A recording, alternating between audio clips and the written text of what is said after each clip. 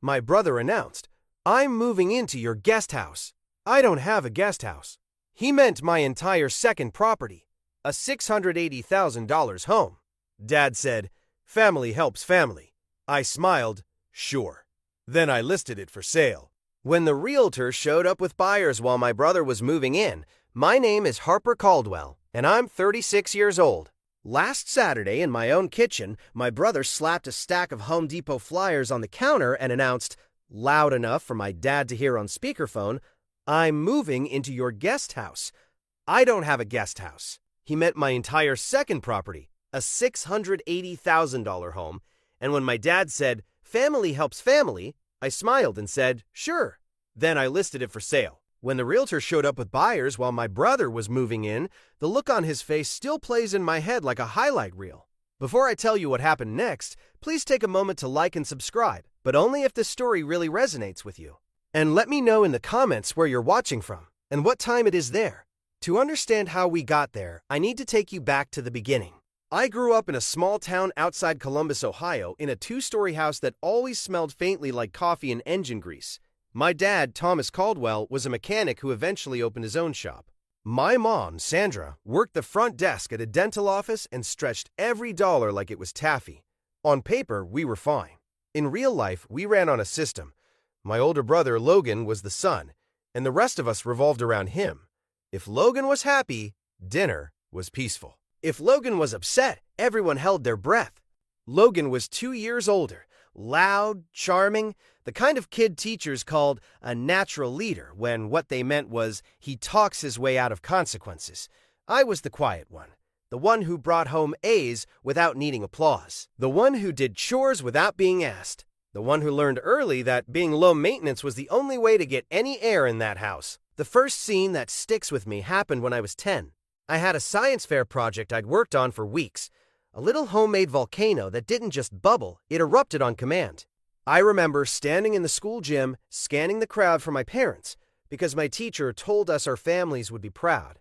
My mom showed up alone, breathless, still wearing her scrubs. She kissed my forehead, told me it looked great, and then her eyes flicked toward the door. "Dad couldn't come?" I asked. She hesitated like she was choosing between honesty and peace. "Logan got a flat tire on the way to baseball practice.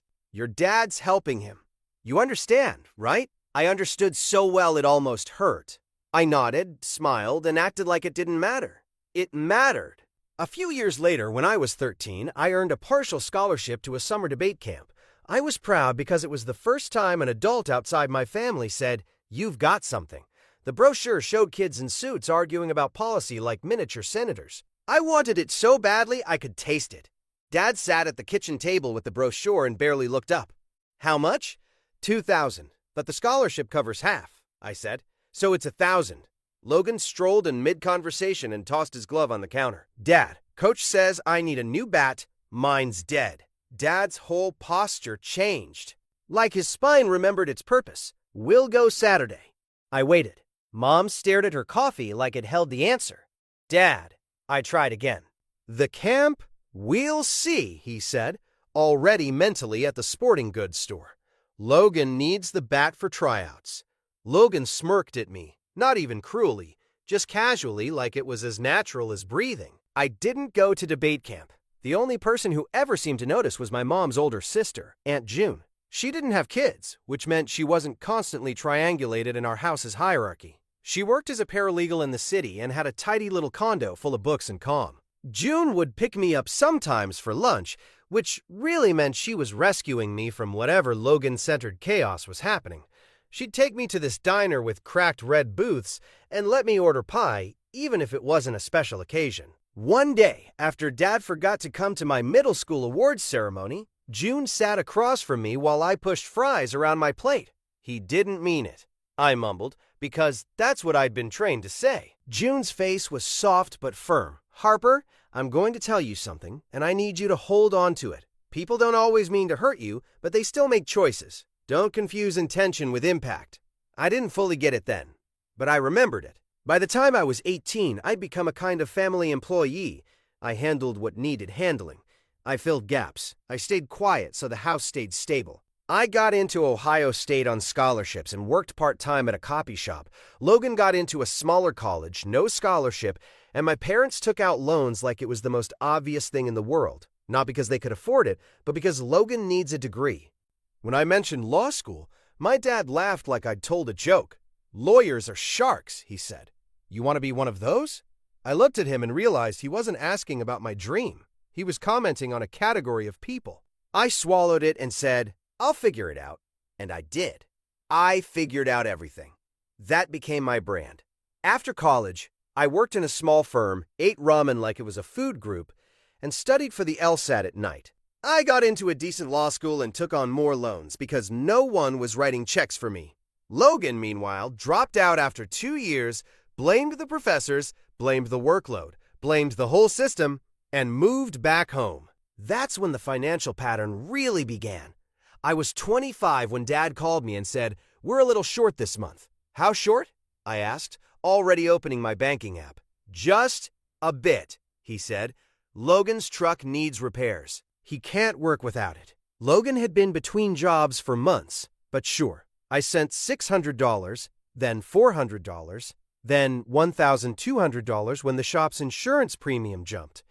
At first, it was framed as temporary, just until things stabilize, just until Logan gets on his feet. Logan never got on his feet because nobody made him. If you keep handing someone a cushion every time they fall, they don't learn how to stand. They learn how to fall with confidence. By 30, I was an associate attorney making decent money, not rich, but stable. I'd paid off some of my loans. I'd started saving. I bought my first house, a modest 3-bedroom in a good neighborhood. It felt like a trophy I'd earned in silence. 2 years later, I made a decision that would come back around like a boomerang. A client of ours, an older couple, wanted to sell a property they'd inherited. It was a small, well-kept home in a growing area, and the price was right because they wanted it gone quickly. I ran the numbers, looked at the market, and realized it could be a good long-term investment. I bought it as a second property. Nothing flashy. Just smart. I told myself it would be rental income, a cushion, maybe a retirement piece. It was in my name, with my mortgage, my insurance, my responsibility. When my family found out, Logan reacted like I'd just bought a yacht. "A second house?" he said, eyes wide like I'd committed a sin. "Must be nice." Dad's tone was a mix of pride and expectation. "Our Harper," he said, "always the successful one." Mom asked, "So you're renting it out?" "Eventually," I said. "I'm fixing it up first." That was the wrong answer, because the moment you tell people you have something unused, they start mentally claiming it. Empty becomes available. Investment becomes extra. Over the next year, I put about $35,000 into that second place. New roof patches, updated electrical panel, fresh paint, refinished floors. I did it slowly, paying contractors, keeping receipts, keeping everything organized because that's how my brain works. I like paper trails, I like clarity, I like reality. Logan started calling it the guest house as a joke. "Harper's Guest House," he'd say at family dinners, like he was a comedian. "Maybe I'll stay there one day if I need a break from Mom and Dad." Everyone laughed. I didn't. But I also didn't correct him. That was my old habit. Avoid conflict. Keep peace. Swallow irritation like it's vitamins. Then Dad's shop hit a rough patch. A big client stopped bringing fleet vehicles. Inflation squeezed people. Repairs got postponed. Dad called me more. "I just need help for a couple months," he said. It was always a couple months. The couple months became a steady drip. I paid their phone bill once because Mom cried about how stressful it was. I covered a $2,300 tax payment because Dad forgot to set aside enough. I wired Logan $900 because his rent was due and he'll be evicted. And I'll be honest, part of me did it because I didn't want to be the bad son. I didn't want the label. I didn't want the guilt. I didn't want the family narrative that I was selfish. But the other part, the deeper part, I kept doing it because I still wanted them to see me. I wanted my dad to say, "I'm proud of you," like he meant it. I wanted my mom to look at me with warmth, not need. I wanted Logan to respect me, not treat me like an ATM. At 35, I should have been past that, but family patterns don't evaporate just because you got older. They just get dressed up in adult clothes. The shift happened the summer before last. Logan started a business. That's what they called it. He bought a pressure washer and a trailer and decided he was going to do driveway cleaning. Which is fine, honest work, no shame there. But he didn't budget, didn't plan, didn't file his paperwork correctly, and within 3 months he was behind on everything. One afternoon, Dad called me with that tired voice. "Logan's in a bind," he said. I didn't even ask. I already knew. "I can't," I said. Silence. Dad cleared his throat. "What do you mean you can't?" "I mean, I've been sending money for years," I said, trying to keep my tone calm. "Lawyer calm? I've paid repairs, bills, rent. I'm tapped out. He needs to handle his own stuff." Dad's voice hardened. "You're doing well. You have 2 houses." There it was, the inventory list, the mental math of my life as a family resource. "They're not houses I own outright," I said. "They're mortgages. I have responsibilities." Dad scoffed. "Family helps family, Harper." And something in me went quiet. Not rage, not sadness, just clarity. Like my brain clicked into a new gear. "I have helped," I said. "I'm done being the only one who does." Dad hung up. For the next week, I got cold texts from Mom. "Your father is heartbroken. Logan is struggling, and you're making it worse. We didn't raise you to be like this. Like this. Like someone with boundaries." I called Aunt June because she was the only person who wouldn't guilt-trip me. She listened quietly, then said, "Harper, you're the family's emergency fund. They've normalized it. If you stop, they'll act like you stole something from them. You didn't. You just stopped giving away your future." "I feel like I'm being cruel," I admitted. June snorted. "You're being realistic. Cruel is expecting you to keep paying for grown men who refuse to budget." That conversation stuck with me, not because it was dramatic, but because it was plain, like a window being cleaned. After that, I started keeping records in a more intentional way. Not just receipts, but a spreadsheet of every transfer, every bill, every loan. Dates, amounts, notes. It wasn't petty, it was protection. June had been in law long enough to know how families rewrite history. The total, over about 10 years, was just over $78,000, not including the emotional costs. I never told them I was tracking it. I just quietly prepared. Then came the phone call that started this whole mess. 2 months ago, Logan called me out of nowhere, which alone was suspicious. "Bro," he said, too cheerful, "I got a plan." I leaned back in my office chair, already bracing. "What kind of plan?" "I'm getting back on my feet," he said. "I'm going to move into your guest house for a while. Just a year, maybe less. No rent. I'll fix stuff up. It'll be good." I blinked. "My what?" "Your guest house," he repeated, like I was slow. "The extra place. The second property. That's not a guest house," I said. "That's a house." He laughed. "Same thing." "No," I said, sharper now. "It's my investment property. It's not available." His tone changed instantly. The charm dropped. "Harper, don't be like that. I need a fresh start." "You need to rent an apartment like everyone else," I said. "Or live with Mom and Dad." He exhaled hard. "Mom and Dad are driving me insane. And they said you'd be cool about it." That line made my skin go cold, they said. As in, they discussed my property like it was already approved, like I was a formality. "I'm not cool about it," I said. "No."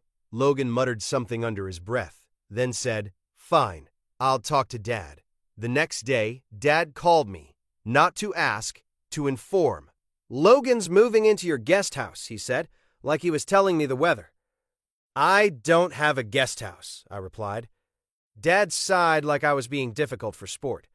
"Harper, don't play semantics. You have a second property. Your brother needs a place.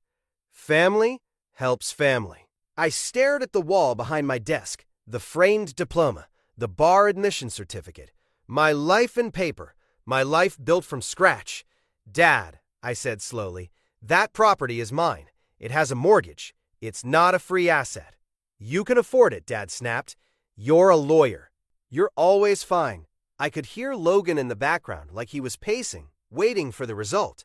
And here's where my old self would have argued, would have tried to reason, would have begged them to understand, would have offered a compromise that still cost me something. But I'd been quietly growing a new self, the kind that hears a boundary being ignored and doesn't waste energy screaming into the wind. So I took a breath and said, sure, family helps family. Dad's tone softened immediately, satisfied. That's my boy. Logan whooped in the background. I kept my voice pleasant. Tell him to coordinate with me on timing. We'll handle it, Dad said. He's moving this weekend. Great, I said, and hung up. Then I called my realtor. Her name was Elise, and she'd sold me my primary house years ago. She was sharp, calm, and didn't ask dumb questions. I want to list my second property, I told her. She paused. The one you've been renovating? Yep, I said. As soon as possible. Elise didn't press. She just asked, is it tenant occupied? Not yet, I said. But someone thinks it will be. There was a beat of silence. Then she said, okay, I can be there tomorrow for photos and staging recommendations. By the end of that week, my house was listed at a price that reflected the market and the upgrades. It got attention fast. Inventory was low. People were hungry. I didn't tell my family. Not out of spite, out of practicality. You don't negotiate with people who don't believe you have rights. I did, however, take one step that felt both petty and necessary. I texted Logan, hey, I'm going to be at the property Saturday at 10 a.m. Please don't move anything in until I get there. He responded with a thumbs up emoji and, relax, bro, relax, like I was the one being unreasonable. That Friday night, Aunt June came over to my house with a bottle of cheap wine and a folder. You're doing the right thing, she said, like it was a simple fact. I feel like I'm about to detonate a bomb, I admitted. June took a sip and nodded. Sometimes the bomb is already there. You're just refusing to stand on it. She handed me the folder. Inside were printouts, my spreadsheet totals, copies of bank transfers, screenshots of texts where they asked for money. And one thing I hadn't even thought of, an email from my dad from years ago saying, thanks for covering Logan's rent. We'll pay you back when he's stable. June tapped that line with her finger. This is gold, because it shows they knew it was a loan, not a gift. I never expected them to pay me back, I said. You don't have to, June replied. It's about narrative. When they say you never helped, you can show receipts.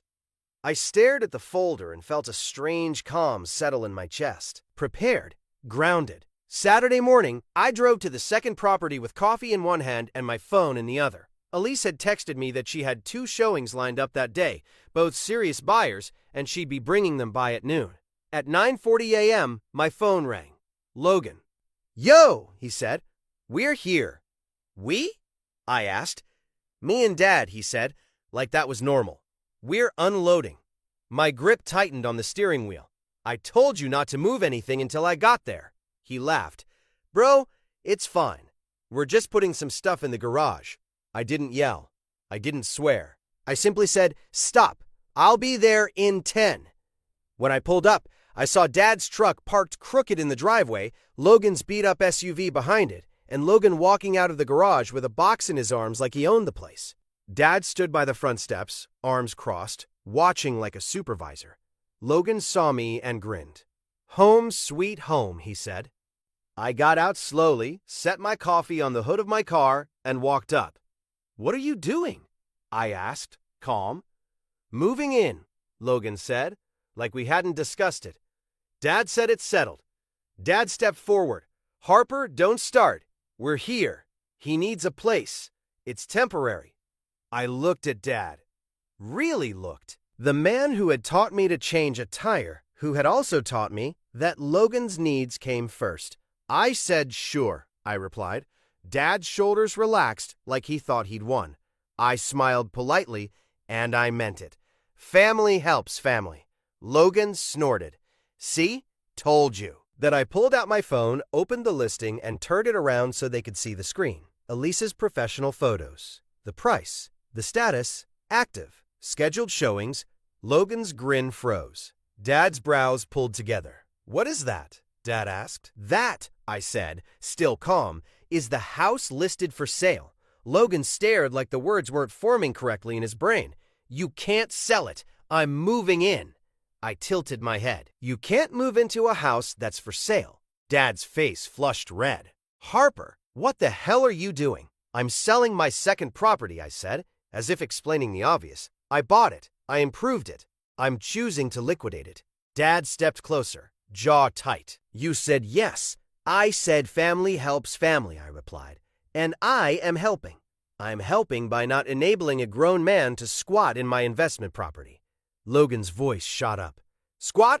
I'm your brother. Exactly, I said. And you don't pay rent.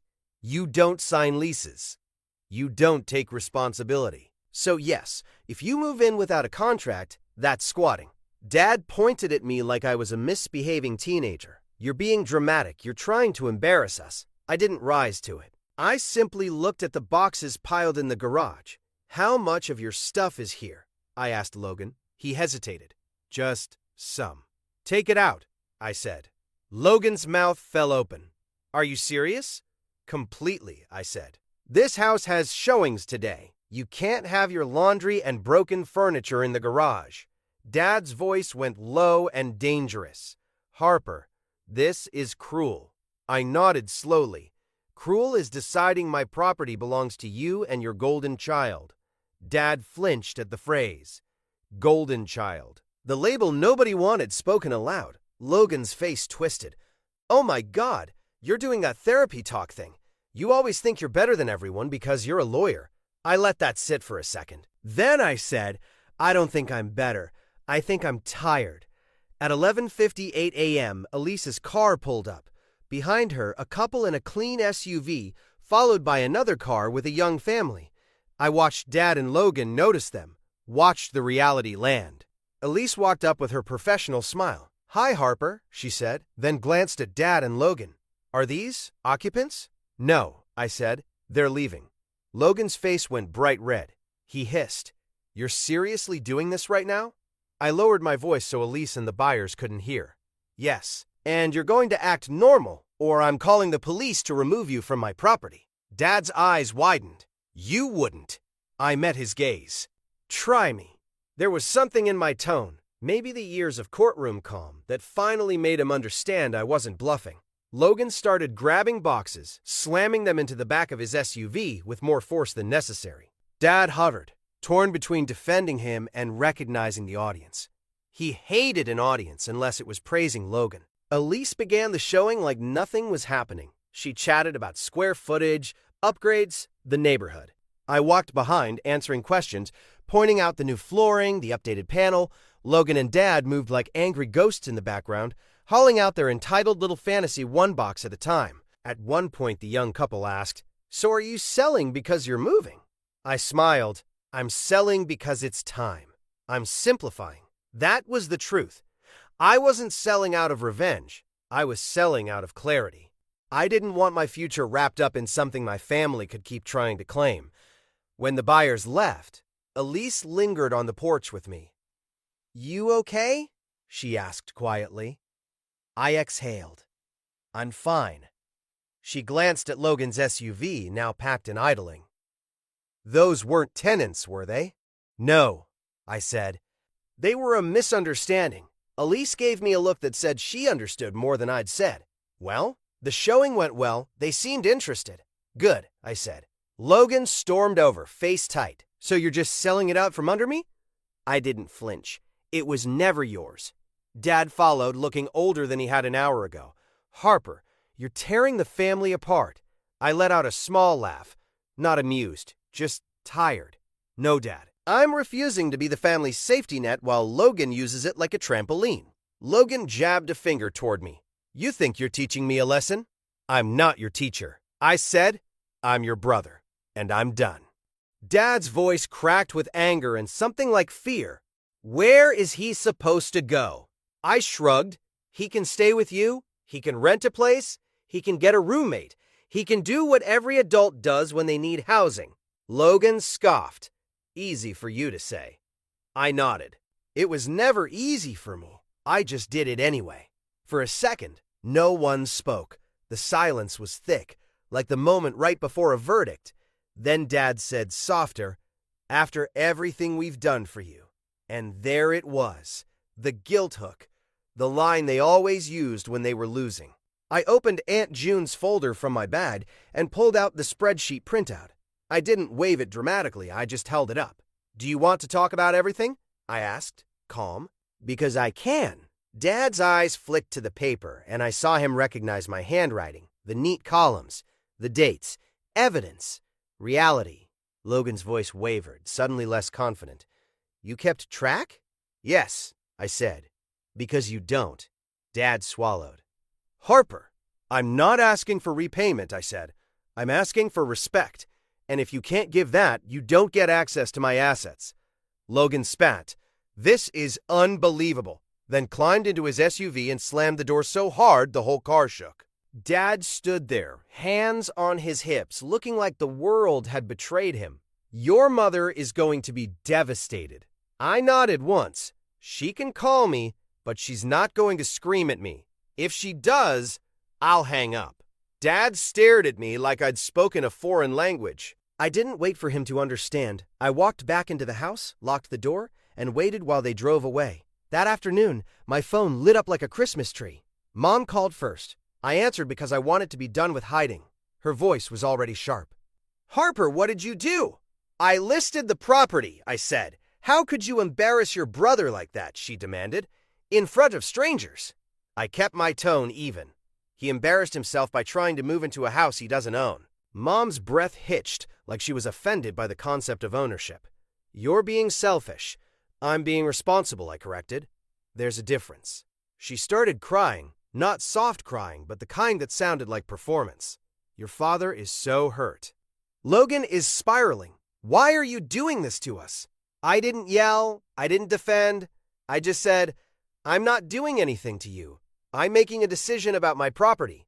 You always have to be in control, she snapped through the tears. I almost laughed. Because yes, I did. Because if I wasn't in control, someone else would control me. I'm going to say this once, I told her. I will not house Logan.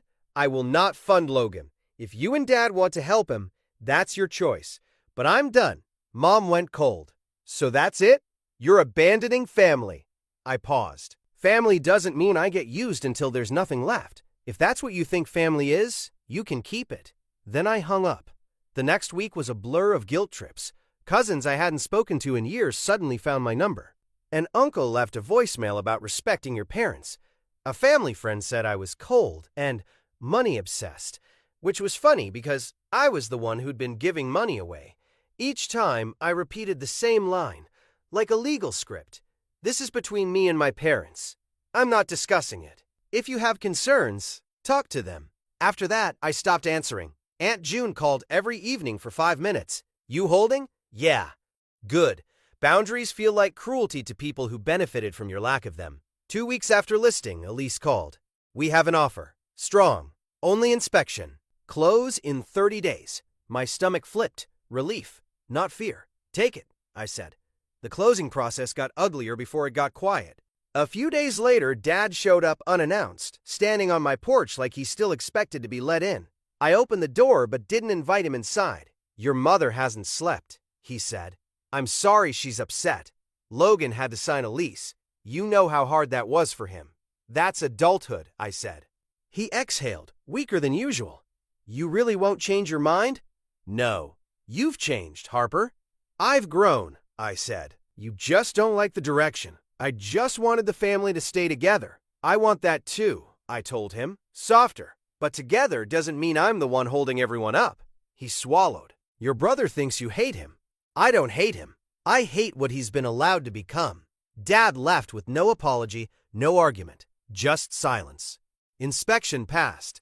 Appraisal held. On closing day, I signed with a steady hand and, when the wire hit, I paid off the mortgage, set aside taxes, and moved the rest where it belonged. Quiet, clean, mine. A week later, Logan texted, need help with deposit, $1,500. I'll pay you back. The old reflex rose, then I typed, no, good luck. Angry emojis. Unbelievable. I didn't answer. Mom sent a long message about me punishing everyone. I didn't answer that either. Over time, the noise died because the old lever didn't move me anymore. Now I meet my parents in public, keep it polite, and repeat, I'm not discussing finances. Sunday dinners with Aunt June became my reset. No drama, just calm. And for the first time in a long time, my peace felt earned.